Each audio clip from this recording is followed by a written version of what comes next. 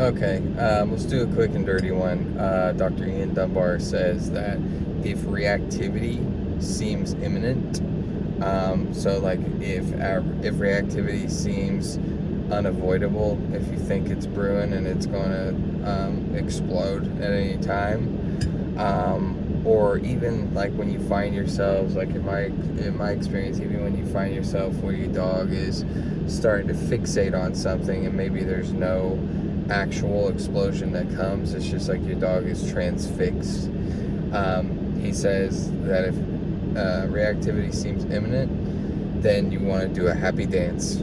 Okay, and it's like, I heard this and I'm just like, that sounds ridiculous.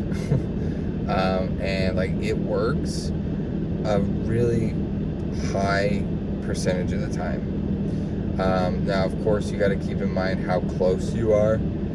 Excuse me. You have to account for how close you actually are. But like, you should be working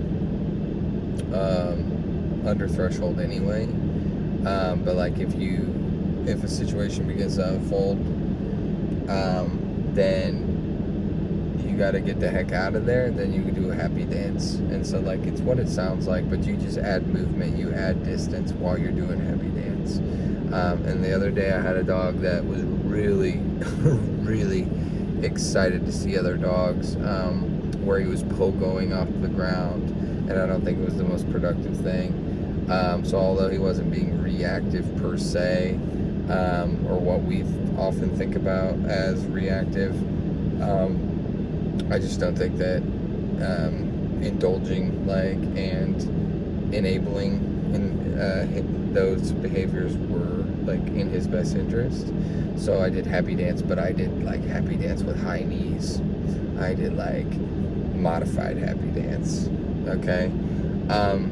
But like, I was talking today to a client about how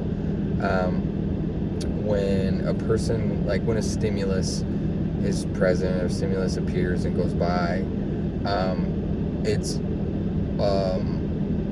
all too easy to like go for your leash and grab it and then try to pull your dog, or just like even just kind of hold on to it for kind of like, I don't know, like peace of mind. Sure, like you don't want your dog to get away from you, but it brings about a sense of apprehension because you're used to your dog's track record typically. And so, but that's like, there's nothing like a self-fulfilling prophecy. So like, when you are attached to your dog via leash and vice versa, and you choke up on the leash, and it's associated with the presence of like a stimulus like that, then you're sending a very clear signal to your dog's body and brain that they should be apprehensive as well, and that this thing is weird and they need to be on guard. They need to watch themselves. All right.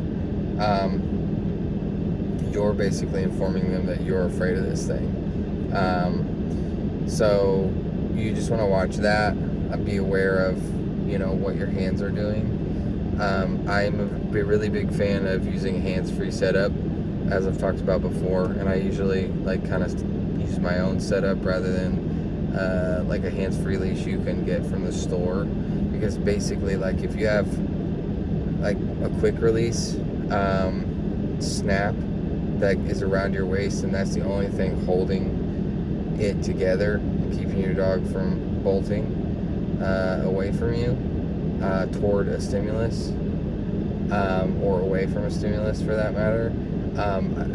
I don't trust that enough. So like, I always use a slip lead, and I feed that through the handle of the leash, and then I tie that really tightly in the front of my waist. But be aware of what your hands are doing, and what kind of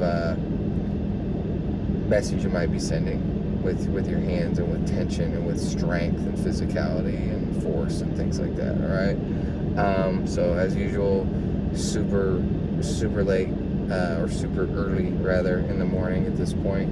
So if you stuck with it and you got through that, I appreciate you watching. Thanks.